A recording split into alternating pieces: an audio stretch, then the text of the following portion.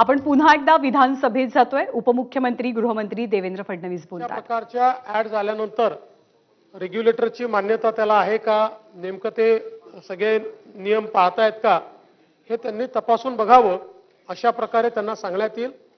आपण आता सांगितलं त्याप्रमाणे माझ्याकडे सगळी माहिती आता नाही आहे, कारण या प्रश्नाशी संबंधितच माहिती आहे, पण ही माहिती देखील घेतली जाईल. नाही, एक मिनिट. आपल्याकडे आपण यापूर्वी 4 किंवा 5 प्रश्न मॅक्सिमम संपवू शकत होतो. आपल्याला सगळ्या प्रश्नांना न्याय द्यायचा असेल तर अधिक प्रश्न घेणं अपेक्षित आहे. प्रत्येक प्रश्नावरती जास्तीत जास्त 2 किंवा 3 उपप्रश्न आपण विचारायला देऊ, प्रश्न विचारायला देऊ. अगदी अपवाद असेल तर आपण जास्त प्रश्न घेऊ. म्हणून नानाभाऊ आपण शेवटचं बोलायचं.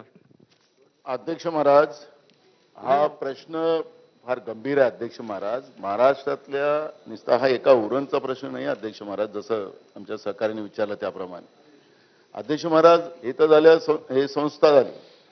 याप आलेत. महादेव यापही महाराष्ट्रात आहे, एक बोरा याप आहे, चायनीज याप आलेले आहेत.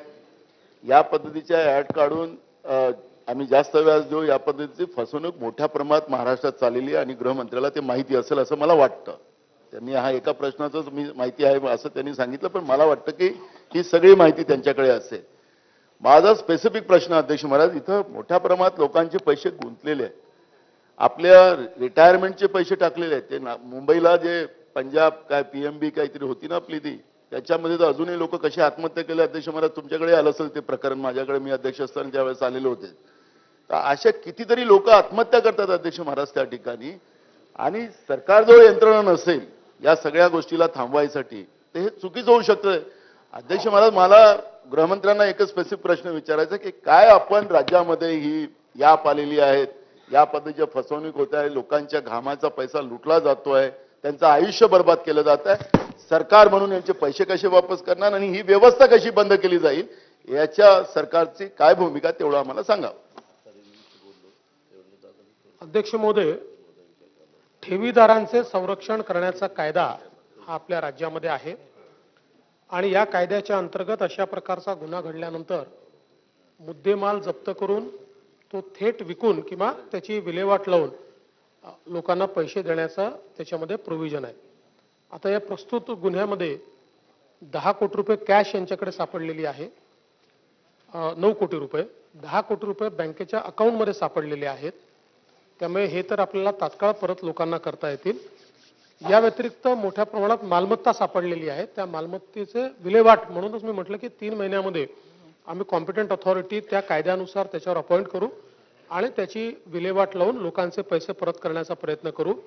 आणि या सभागृहाची आपली जी भावना आहे आणि सभागृहाची भावना आहे त्यानुसार मी आजच गृह विभागाला पुन्हा सांगेल की या संदर्भात प्रभावी जाणीव जागृती करण्याचं, कारण आपल्याकडे मशिनरी सगळी आहे, परंतु अनेक वेळा कुठल्या तरी एखाद्या गावामध्ये हे एजंट आणि सब एजंट नेमतात आणि मग गुन्हा घडल्यानंतर आपल्याला कळतं, कारण त्याची ॲडव्हर्टिजमेंट नसते, त्याचा कुठला विषय नसतो.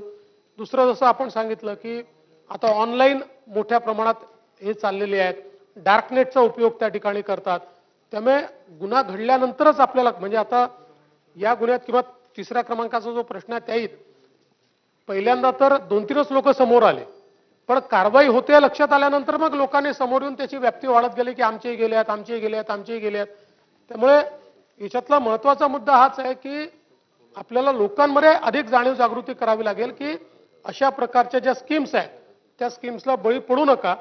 जोपर्यंत रेग्युलेटरने अप्रूव्ह केलेल्या स्कीम्स तुमच्या समोर येत नाहीत तोपर्यंत अशा प्रकारची गुंतवणूक ही तुम्ही करू नका. त्यामुळे हे अधिक प्रभावीपणे कसं करता येईल याचा प्रयत्न राज्य सरकार निश्चितपणे करेल.